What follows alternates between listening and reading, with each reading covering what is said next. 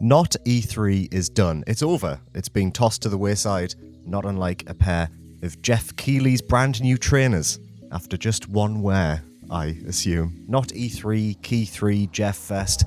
This year's Summer Gaming Festival was a little bit fallow compared to other years. Saying that, there was still hundreds of really cool games announced during one of the many showcases that took place last weekend. Now, I was going to stand here and walk you through every single game that was announced during the show, and I thought no one wants to watch that. So I thought to myself, well, I work with a bunch of really cool and intelligent people. What if I just get them to tell me what their favourite game from the show was, and then just glue them all together? So I asked 8 RPS staffers, pretty much the entire team, what their favourite game was from the show, and made this video. This is their responses, and they all have really interesting things to say about 8 completely different games. So these are Rock Paper Shotgun's 8 favourite games from Not E3 2022.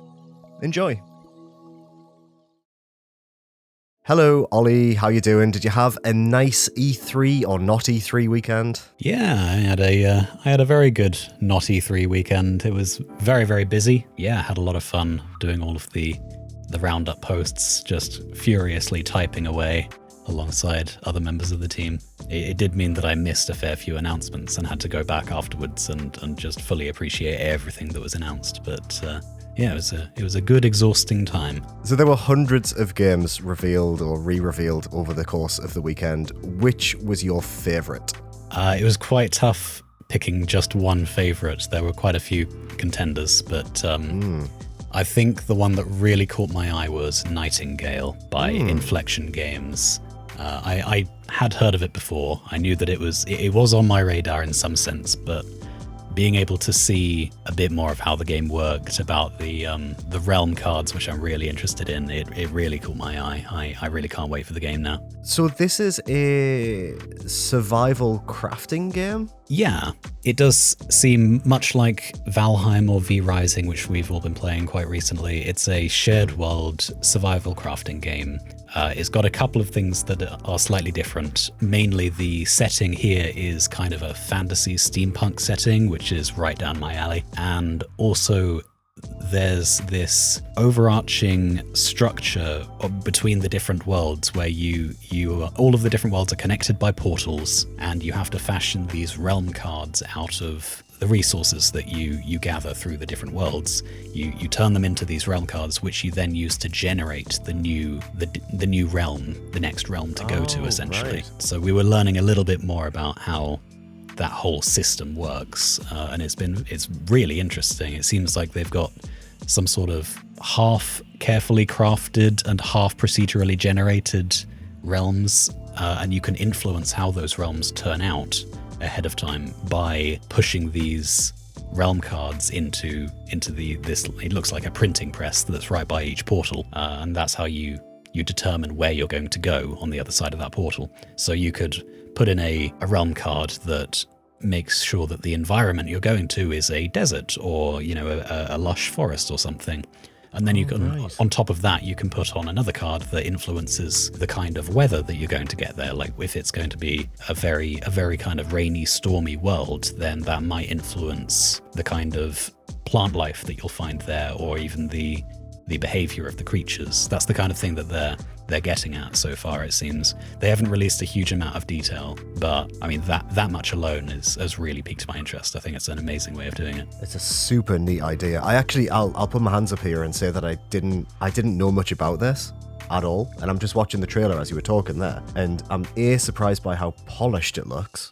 Like visually, This game is really pretty. It is, yeah. And that realm card idea is so cool. Like giving you a little bit of influence over the procedural generation in a game like this is super compelling. Yeah. I mean, it made me think back to the early days of exploring Minecraft, funnily enough, because obviously Minecraft has tons of different biomes that all connect quite seamlessly. But I always found that the one move from one biome to the other that really got me excited was when I crafted a portal and went to the Nether for the very first time, or went to the end for the very first time. It's just something about having a portal there, a very definitive thing that you're working towards, and then you just step through, not really knowing what you're going to see ahead of time, and then suddenly you're there and you're in this entirely different world. It's great to see that Nightingale, that they're trying to really capitalize on that idea with Nightingale. I think it's a really winning idea. Completely agree. Well, thank you for bringing that to my attention, because now I am incredibly excited to play this. Hello, Alice. Thank you for joining me. How was your not E3 weekend? It was perfectly fine. It happened. I was there. It ended. Who can say anything more? I think that is the most generous way of describing the weekend. So we saw a lot of games over the course of all of the different showcases, but what was the game that piqued your interest the most? Liam, I would like to talk to you about Skate Story. Yes. And what I would like to tell you about Skate Story is that Skate Story looks really cool. This Yes. is largely it. I suppose I can explain a bit more. Tell me why you think Skate Story looks so rad. So, Skate Story is a skateboarding game about a demon who, according to the trailer, is made of glass and pain. Just skateboarding through hell, doing sick kickflips, grinds, riding walls, just going through these incredibly cool landscapes, which it's one of those hells which is kind of reflective of human existence, like some buildings, some landscapes, implication of a car, trees rising from a park, but only as capillaries within the branches and the leaves. Looks really cool. Also, you do skateboarding, which is really cool. Would you agree, and this is going to make me sound even older than I am, that this is a game that appeals mainly on vibes alone? Who taught you that word? Someone very young. Hayden taught me that word. I would say the vibes, as Hayden would say, are strong. But what appeals to me is that it is a skateboarding game which is not about complex technical inputs or combo multipliers or, oh, I'm describing the vibe, aren't I? Yeah, it's a skateboarding game which is just about the vibe of just trundling along, pulling a few cool little tricks, and just taking in the place, rather than, having to nail your 1080 flip, kick, ollie, off the wall, no scope, like whatever. Just the trundling along, having a nice time. It just happens to be in hell and you're some kind of jagged crystalline entity. It just is the game that has left an impact on me personally more than anything else this weekend as well. I'm just going to piggyback in your entry because it's what I would have chosen as well. And you've described it way better than I could have. It just looks fantastic. I'm just so happy it's a thing and I can't wait to get my hands on it. It looks really cool. I don't know when it's coming out. They've not said, so that's fine. I mean, I've been playing Deadly Premonition 2 and the skateboarding there is awful, so whatever, I can wait. It's so bad. It's so bad. I like games that use skateboarding as a means of transportation rather than, like you say, as a technical puzzle to solve. There was a game that came out last year called Tanuki Sunrise. Did you play this? Mm-mm. It's very similar. You're on a little longboard and you're traversing through these surrealist locations, but it's got more of a chill hop vibe rather than a suffering for your sins vibe. And I'd like to think this is an emerging subgenre of weird humanoid creatures traveling through surrealist spaces on 90s methods of transportation. Absolutely. I just like games when they capture that energy of just this transportation. Like Knights and Bikes is really nice for having these bikes which feel like kids pootling around on bikes. And just having a great time zooming along on a bicycle. Like, I'm a fairly serious cyclist, I guess. Like, I will cycle 50 miles on a Saturday morning. But also, I really like just kind of dicking about on a bicycle and being excited when it goes fast. It's great when something with wheels goes really quick, because I made it go quick. Well, this sounds like the game for you then. It does. I think it looks really cool. I think that's it. That's my main points. That's all you need to say. CJ, thank you so much for jumping on. Did you have a nice E3? Yeah, I did actually. Not too sleepy after all the showcases and everything. Yeah, still kind of staying awake and trying to absorb all the games, really. So many games. So many games. As our news guy, you were covering pretty much everything. You wrote so many articles this weekend. I can't even imagine how many games are just floating around in your head right now. But if you had to pick the one that impressed you the most, what would it be? I think it's gonna be Pentiment, the new Obsidian adventure game. It's so not what I expected. I think most people expected to see Avowed this year, and it's the third year in a row that they've announced a new game. So you kind of would have thought it would have been the Outer Worlds 2, it would have been Avowed, but no, it's a 16th century medieval adventure game based on illustrated manuscripts, which I gather is something that Josh Sawyer, the game director, is really interested in, and several of the other members of the Obsidian's team are interested in too, from what I've heard. So I think it's a bit of a passion project, which is always cool. And so I think that's out in November on Game Pass. And it's weird. It looks, I don't know if you know Cadfile, the books. Cadfile? Yeah, it was a TV show in the 90s, and I know it's a series of books. It starred Derek Jacobi, one of Britain's finest actors. And it's basically a monk that investigates murders in medieval times. Oh, I think I have heard of this. It gave me that vibe just seeing it, and I was like, oh, this is cool actually, this is really different. And the whole look of the game looks so much like a kind of medieval manuscript, or like a woodcut that's just translated into a modern video game. Like even the dialogue system looks like calligraphy. Yeah, it's so which nice. I find really interesting and cool. And I gather the plot of it is that you play as a guy who works on illustrated manuscripts, who lives in an abbey, and then you kind of investigate a series of murders over like a quarter of a century. Yeah. And like people will remember the people that you speak to, and in how you investigate it, that will kind of pass on down the years and affect the way the game plays out. So it wasn't what I expected from Obsidian this year, but it was a pleasant surprise, and the kind of thing that I'd like to see more of at things like the Xbox and Bethesda Game Showcase. So it did make up for the lack of GoldenEye 007, which I was kind of hoping would be announced, but never mind. Yeah, I was also secretly hoping that the rumour that the Gears of War trilogy was coming to PC. Yeah, I was really excited about that. What I really liked about Pentiment is, I think the best bit of Obsidian games is the writing. It's the narrative and how they construct storylines. And the fact that Pentiment doesn't have a combat system, it doesn't have experience points or leveling up, that we know of. It is purely just a narrative-driven adventure game. I think feels like a really good fit for the team. It's what I call a bloke being nosy game, which is great, because you just go and chat to people and they're like, why are you talking to me? And it's not really any of your business, and I like being nosy, so I guess it's just being a reporter. That is such... as soon as you said bloke being nosy game, yeah, that's an entire genre of game, isn't it? It's incredible. Disco Elysium. Everybody's just wondering why you're there. Hello, Rebecca. How was your not E3 weekend? It was tiring, but I think ultimately educational. It was my first E3, and I got through it. So I live to tell the tale. That's good. That's what I like to hear.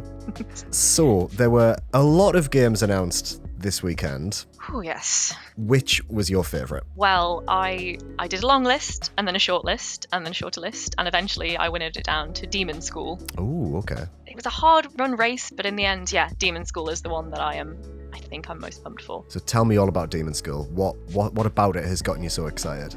So I was watching the trailer for Demonschool as it was playing at the PC Gaming Showcase the other night, and I was just like seeing this sort of extravaganza of things that are totally my jam. Hayden and I were talking about it as it was going on, and we were talking about like Monster Prom and Danganronpa and Hades and all things I love, with just sort of the vibes I was getting from the story and the way it was animated. And then it came up turn-based strategy, and my lizard brain first thought was, oh, that's a shame I can't play that, because I don't play turn-based strategies. Right, okay. And I mean, as most people in this job, I have played a little bit of everything, but turn-based strategy is definitely an area I'm less well versed in. But it was just interesting to me that my brain immediately went, oh, I can't try new things. And I was like, yeah, I can try new things. This looks absolutely like something that I would enjoy. And if anything, the fact that it's a little bit out of my comfort zone is all the more reason to keep an eye on this one, because the other games that I was thinking of talking about with you today were like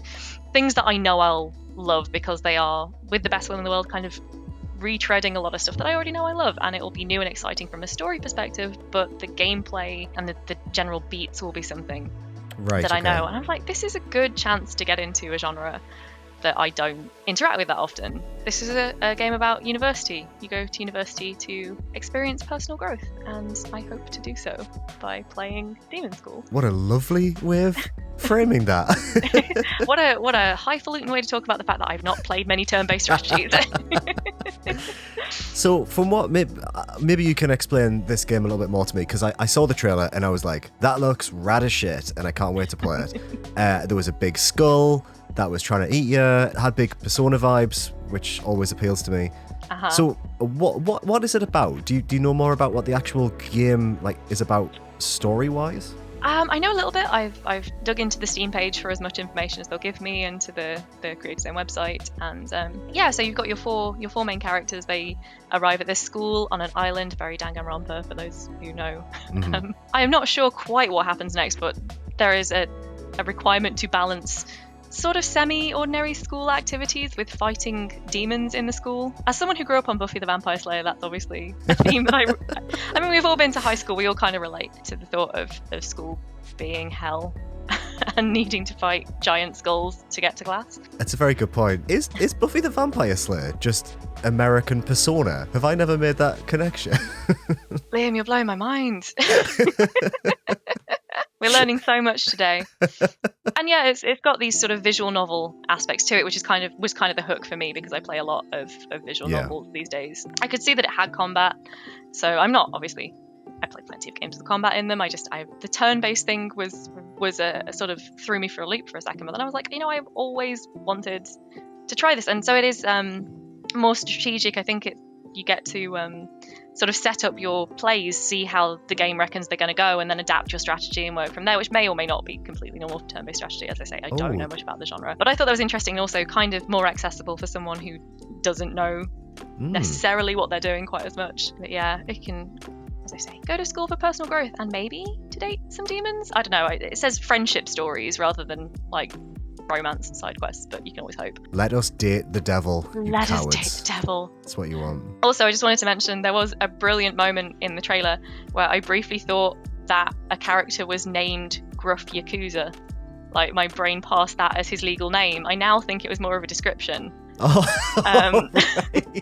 Memetically, he will be my favourite character by the time this game comes out, I think. When is it coming out? Do we know? Next year. I think it's just got 2023 at the moment as its sort of release window. So not super soon, but hopefully not too far away either. Just enough time to get hyped is how I like to think about it. No, I can't wait. Thank you for coming on to tell me about it. Thank you for having me. Well, if it isn't two Steam Deck James. How you doing? Did you have a nice E3? It's been okay. I think there have been more thrilling E3s and not E3s. There's a few things I'm looking out for, including Starfield. Ooh, yeah, so this is your favourite game from the show? Probably, yeah. I know it's getting some stick as being Fallout in space, No Man's Skyrim, but that's kind of what I wanted. And to be honest, I was getting a bit worried about Starfield because it was announced so long ago and they've shown nothing of it except, the occasional bit of concept art or these behind the scenes videos, and after a point it gets to is there something wrong with the game? Compared to the Fallout 4 reveal, where it's just they let on nothing and then just showed up with this amazing trailer showing all this cool shit you can do. But yeah, they finally showed it. It's not terribly surprising, but also kind of reassuring. It kind of follows the kind of Bethesda RPG formula that I like so much, kind of enough for me to be interested in it, but also kind of introduces enough new bits, enough little twists on the formula that's also, potentially could be this new and exciting thing. I'm interested to find out more about how it makes a jump from kind of having this one big open world to having lots of presumably little worlds. I know they said they've got 1,000 planets. It's not going to be 1,000 Skyrims or 1,000 Capital Wastelands. We'll have to see how that works. But if it's, I'm sure there'll be a lot of chances for exploring, which is probably my favorite part of any Bethesda RPG. What better place to explore than space? Yeah, I totally get that. And I think that for me as well is the thing I'm most excited about with Starfield is just more stuff to potter around and more varied places too. Although there are, 1,000 separate worlds to explore compared to one, like you say, there's more potential for variation there, which I think is really compelling. Definitely. Well, I think some of Bethesda's open world RPGs have had a decent amount of, I guess, biomes you could call them, like visually or mechanically distinct areas. Yeah, we'll see, I guess, how that translates into having different planets. It could be, some planets are just kind of one continuous load of big grey space rocks, which wouldn't be so much fun. But then it was just a short spaceship ride to a bunch of other planets, which are jungles or cities or deserts or what have you. Then that could still work. So can I admit something really cursed? What is that you want to admit? One of my favourite parts of the original Mass Effect were all of the bland, empty planets that had like one thing on them that you could just explore. And a really sick part of me kind of wants Starfield to replicate that experience because there was something very alien about that. Yeah, I'm kind of torn because on the one hand you do, I definitely see the appeal of having these completely sparse, desolate places where you feel like you're the only person who's ever been there. But at the same time, I kind of want what I love in playing like a Fallout or the more recent Elder Scrolls is that you can just you can wander around or be on your way to somewhere and then you just see in the distance, oh, what's that? Like there's a little building or an interesting rock or something, and then you wander over and then that turns into a big, huge cave or a dungeon or another quest, and you can just spend 45 minutes off on a tangent basically, and you come out the end of it having not at all felt like you've been distracted or that's wasted your time, but it's something that you just found incidentally, kind of your own volition. I want more of that in Starfield. I'm hoping that survives the jump to having this kind of different planet system as opposed to just one big open world. So we'll see. I hope there's a good amount of density and not just hundreds and hundreds of completely empty but procedurally generated planets. I'm being quite negative about Starfield now. I said it's my favourite game of the show. I don't think you are. I think you're being cautiously optimistic. Yeah, maybe. I still think there's so much potential there for it to just be this amazing time. I played good space RPGs, and I've played good space flying games, and I've played good space shooting games, and I've played good space exploration games. I don't think I've ever played a space game that does all of that really well. Maybe Starfield is that. Maybe Starfield could be the ultimate space captain fantasy game. You are right, actually. That is the promise of this. That is so exciting. Yeah, I think there's some things that definitely need tightening up from what we saw at Not E3. Some of the shooting looked a bit wet. Some of the enemy animation responses, or just the sound of the guns. I think that could be improved. And I think they've got time to improve that. Got that Microsoft money now, James. Well, actually, weirdly, I really liked the shooting in Fallout 4. I thought that felt like it wasn't just a big upgrade on 3 and New Vegas. Actually, the weight of it just felt really good to me. I remember a very specific fight with a super mutant in my very first playthrough where I was just like, I'm enjoying the combat in a Bethesda game. What's going on? So I definitely think as a studio, they have the capacity to make a good shooter. Maybe just the 20 seconds of popping space pirates they showed wasn't it. Hello, Ed. How was your trip to LA to see Geoff Keighley in the flesh? Yeah, it was good. I did see Geoff. He was wearing a beige jacket, some blue jeans, and some new sneakers. Ooh. New sneaks. I love it. New sneaks. And yeah, he looked very important. He was chatting to a team and all of that sort of stuff. So I didn't make any eye contact or anything. I was too scared for that. But no, it was super cool. It was a summer games fest, campus with a coffee shop and some food trucks and a bunch of games in this open kind of chilled out space with nice bushes, breakaway areas. And yeah, saw plenty of games, and it was just a great experience to kind of see the devs, just super lovely devs, and just being enthusiastic about their games and just talking to industry people and just seeing kind of like almost the behind the scenes of like how the industry works, as opposed to just staring at a screen and looking at reveals and stuff, which I love doing. But no, it was an amazing experience. It sounds really good. I'm really happy you had a nice time. It sounds like it was just more of an intimate experience than you normally get at things, you know, I know this wasn't E3, but it was on the same week, right? So it's a really nice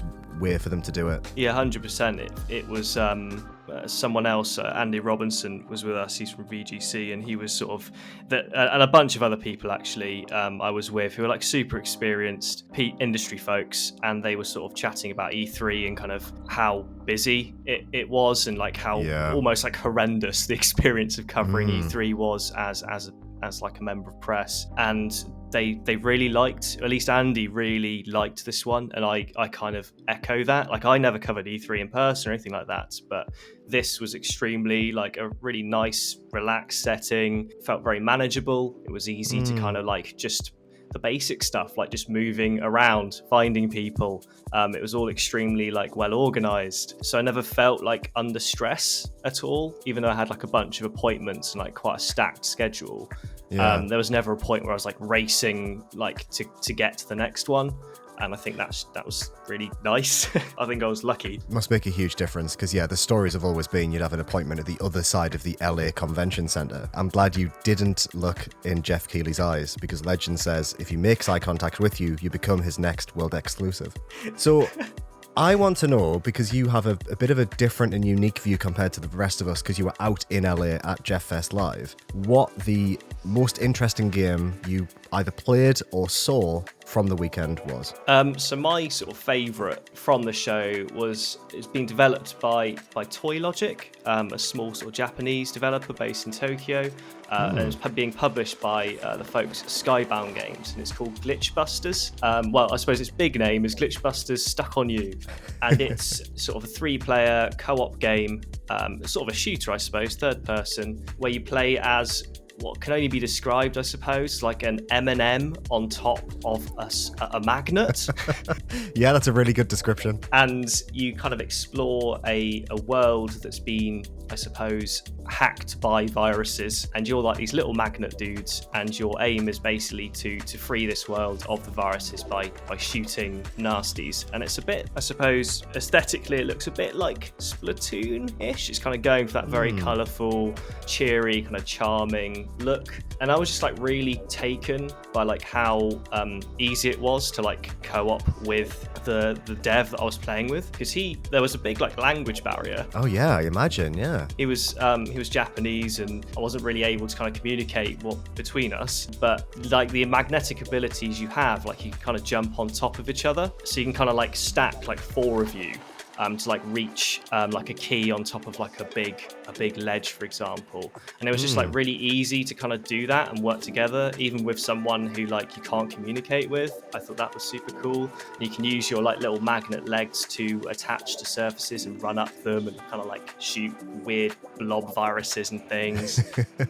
There was one really cool section where suddenly it kind of turns 2D, and it was kind of like a side-scrolling, you're on the rails and you're all kind of stacked on top of each other, and you can still shoot and things, but you can, there's like obstacles coming towards you, and you can extend your magnet legs or duck as these obstacles are coming towards you, so you can kind of like mess with your mates. And you kind of have to try and like coordinate when you extend your legs to not ensure that your mate's head just gets like knocked off, you know?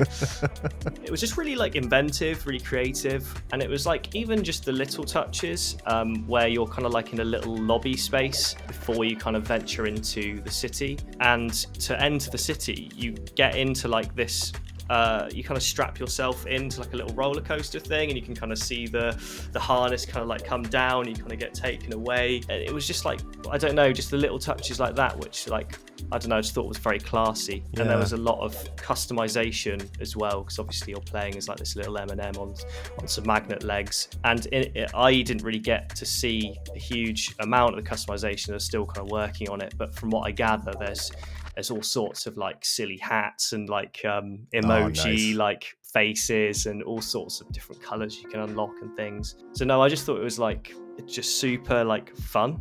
It was just really fun. It was like really refreshing to play. Not that loads of the other games at Summer Games Fest weren't fun, but I think it was just nice to stumble into this game and just like have a great time. Yeah, it sounds really nice. Thank you for bringing it to my attention, because it completely passed me by. And it sounds like about as far away from the Callisto Protocol as you can get in terms of tone. So Yes. Yeah. In this game, you don't like rip people's faces off, so maybe for the best. Poor little M&Ms getting their face ripped off by not Isaac Clarke. Hayden, how you doing? How was your not E3? Yeah, it was good, yeah. I mean, there were some things that I'm not so interested in. There was a lot of sci-fi. It was so much sci-fi. This is the issue of having it like all under like one banner, right? Like Summer Games Fest, like so much of it probably ends up being curated by like one group of people with one thing they like, and you end up seeing a lot of that one thing. More variety would have been nice, but it's announcements for games, and I'd be lying if I didn't say I get ridiculously excited about all of it. So what was your favourite thing that you saw over the course of the weekend? So I have two, so I'm gonna like very quickly touch on them both. I will allow it. In this instance, Hayden, I'll allow it. Maybe everyone else will as well, and then you'll have like an hour-long video. I don't know. But the first one, and I know a lot of people probably aren't excited about it or like question why it even exists in the first place, but The Last of Us Part 1, like the remake, coming to PS5 and PC at some point in the future. PS5 September, I believe, right? And then PC just... Yeah, it is, yeah. But yeah, I'm really excited about it. Like, I genuinely think this remake deserves to exist. I mean, I've played Last of Us 1 like a lot of times. Like, I played it when it first came out and then revisited it with a remaster, and then again just before Last of Us 2 came out. Yeah, that experience of playing them back to back is what sold me on this, because like, I mean, graphically I think Last of Us 1 holds up. Obviously the comparison screenshots we've seen between the remaster and the remake, it's clearly a big jump in that regard, but I don't think it needed huge graphical improvements in any way. But I think the feel of the gameplay between Last of Us 1 and Last of Us Part 2, there's a big gap. Last of Us 2, I mean, we were saying just before we started this, like, it's some of the best third-person kind of action combat stuff that like I've ever played. And Last of Us Last of Us 1, not the remake, just like, you know, the standard thing, feels a lot more wooden, I suppose. Yeah, I'd agree. It has. I wouldn't say it's aged badly in terms of how it feels to play, but it definitely feels like it's from the PlayStation 3 era. Yeah, and that's the thing. It's like, it hasn't aged badly, but compared to like Last of Us Part 2, you know, it's clearly like lagging quite far behind. So to bring that more up to date and make them a more cohesive pair, because like I absolutely think those games should be played back to back as like one long experience, and when you do that, you do notice the huge kind of gap there. So I think bringing that more up to date, and obviously we don't know to what extent that will be, but they've said they're reworking enemy AI, but like the feel of the player character might end up being very similar, in which case I'll eat my words. But if it is brought up to Last of Us Part 2 standards, I think that's probably the thing I'm most excited about, just because I can go back and replay them and it feel just like one big story, which I mean, it's a Part 1 and a Part 2, that's what you want, right? I'm really happy it's coming to PC, and I think the fact that it's coming to PC justifies this remake more than if it was just coming to PlayStation 5. Yes, yeah, I'll agree with that, yeah, definitely. I think it means that PC players are going to get, you know, the best version of a great game, and it's hard to argue with that. I do hope they bring Part 2. I have a feeling they will. I think they're holding that back until they announce the inevitable PlayStation 5 version of that game that they're working on. Yeah. And I wouldn't be surprised if they bundle Part 1 and Part 2 together to coincide with the launch of the HBO show. Yeah, that makes a lot of sense. And I think that's the best. Like, Last of Us Part 1 should not come to PC without Part 2. Because, like I say, the best way to play them is absolutely as a pair together in, like, one big experience. So I wouldn't like them to split it up, you know, and make Part 2 like another year away. So, that's your first one, Last of Us Part 1. What's your Part 2? Similar, I think. Yeah, so Resi 8 DLC, the Village DLC they announced at Capcom's thing, like towards the end of not E3, was the announcement I was most looking forward to this year, just because it had been just over a year without anything. So like to see such a like chunk of it at Capcom Showcase this year was really exciting, and to know that it's only a few months away. You know, that's my Halloween sorted. Yeah. And I can't wait. And I mean, I'm very excited to like, I don't know if everyone's played Village. I don't know. I don't want to talk about spoilers too much, but I'm very interested to follow the story and learn more about the main character of the DLC and their powers. Obviously, like, following on from Village, because it is like fairly filled with spoilers, I would assume. But also the fact that the DLC will also include a third-person mode for Village, which I just thought was wild. I didn't expect that. Yeah, neither did I. Completely caught me off guard. But now I'm going to have to go back and replay it. Well, thank you very much for jumping on to tell me about the games that you did like. No worries. Hello, Alice. Did you have a nice E3 weekend? It was all right, yeah. Yeah? It's every single person has said that. Well, you don't want to complain about it because it's not as late or early in the morning, I guess, as classic E3. I think I even said on the podcast this week, I sort of missed the moments where, you know, Andrew WK would appear and it was sort of 1 a.m. and you'd already done 2 overnight shifts and you're looking at him barefoot moshing at a Bethesda event and wondering if it's a hallucination. And that doesn't happen anymore, you know. But I do miss how uncontrollable they were. Like they're so tightly designed now and pre-recorded. You miss that sort of chaotic magic when these things were live on a stage in LA. But yes, I also don't miss the Sony presser at 3 a.m. That was just the worst. Yeah, but no, it was good. The difference is it's more spread out now. So rather than like 3 things happening at 3 a.m, it's 6 things happening at 11 across 5 days. But no, it was good. It was all right. Good. So there were hundreds of games announced this weekend of various sizes. Which was your favourite, do you think? Well, I mean, I'll push back on announced, I think. I think a lot of it was stuff we've already seen, stuff that was announced a year ago and now they've shown a gameplay trailer. And when you asked me what my favourite was in advance of recording this, I was like, oh, maybe I'll say Ill, which was that Project Ill as was. Oh, yeah. Which is that horror game. But then I was like, oh, I can't say that because that was literally like a 30-second cinematic trailer that showed nothing. So, bit more safe, but I really liked seeing Redfall. The sort of co-op vampire hunting from Arcane, being made by Arcane Austin. Arcane, of course, are the Dishonored and Deathloop studio. I just thought it looked very cool what they showed. It was the first time we've seen sort of a proper bit of gameplay from it, and I thought it was great. Did you like the goofy Nosferatu vampires? Because they were my favourite bit of that game by far. I did. Vampires these days take themselves too seriously too often, Agreed. I think. And it was lovely just seeing some vampires that are like, yeah, old school, goofy looking, properly reveling in being vampires. End vampires being sexy. They've been sexy for too long. I also enjoyed seeing their weird long arms and how much leather they were still wearing. I assume all those jackets are custom made because their body shapes were very, stretched out. Yeah, a lot of the cultists that they inducted in the first wave were obviously haberdashers and tailors. Make sure they're looking tight for the mini apocalypse. No, I thought it looked really cool. One thing I really liked about it, apart from the vampires, were that it looks like kind of more of an open world that you can kind of explore wherever.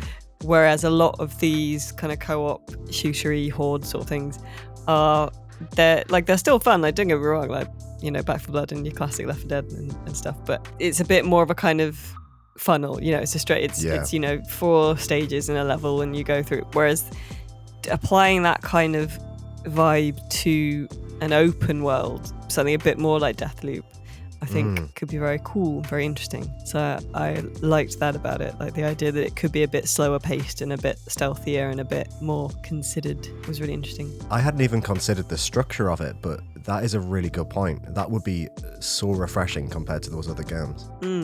Yeah. The only problem is that I'd need to find 3 people that I'm friends with that would all be free at the same time to play it. But that's the struggle everyone in their 30s has, I think. 100%. Oh, it's been like a breath of fresh air working with people who you can force to play these games with you because it's everyone's job to do so. But yeah, I thought it was very cool. I really liked as well we got a look at some of the powers that they've got, and I thought those were interesting. The kind of mix of like high tech stuff. There's one of the characters is called Devinder Crowley, and he's well into cryptids and stuff like that, but also is a bit of an inventor. So it looks like he's invented like a mini sunspot you can use to freeze the vampires with. I thought that looked well cool. And there's sort of a bit of magic going on as well. There's a sniper who can turn invisible. Another character, she can summon like a magic lift, a magic elevator as like a jump spot. I thought that was pretty cool. I liked that. I'm just so excited to see Arcane finally work within the space of an action game, because I think they were trying to do that a bit more with Deathloop. But obviously it was still like, and this is the same, right? You're still able to approach things from a stealth perspective instead of, all guns blazing. But the gunplay did look really fun, and the more offense-based magical powers and things looked really fun. So I just think it's a really nice space for Arcane to play around in. Yeah. And properly having a go at something more multiplayer-y. I know it's co-op versus instead of versus, but they sort of did a little bit of that with Deathloop and the sort of invasions you could do there. But Arcane are one of those studios that I think you can always trust that it's going to be like a good game. And so just be really interesting to see what they are going to do with these sort of slightly newer things that they haven't worked with as much before. Hello, welcome to the end of the video. That was nice, wasn't it? Hearing all those lovely people talk about games they like. I don't get much of a chance to speak to 8 different people in a single day anymore. So honestly, selfishly, I had a really nice time making this video because I just got to chat to some nice people for an entire day. Speaking of the opinions of nice people, why don't you let me know what your favourite game was from Not E3 in the comments below? I'd honestly love to hear which was your favourite from the show. Otherwise, engage with this video in a way that appeals to the algorithm, and make sure to check out Rock Paper Shotgun for literally everything you need to know about Not E3 2022. If you want to get on there and see what was announced, what you need to be checking out, what you need to have on your radar, get on over there, click, read with your eyes. You know how websites work. Thank you. Bye-bye.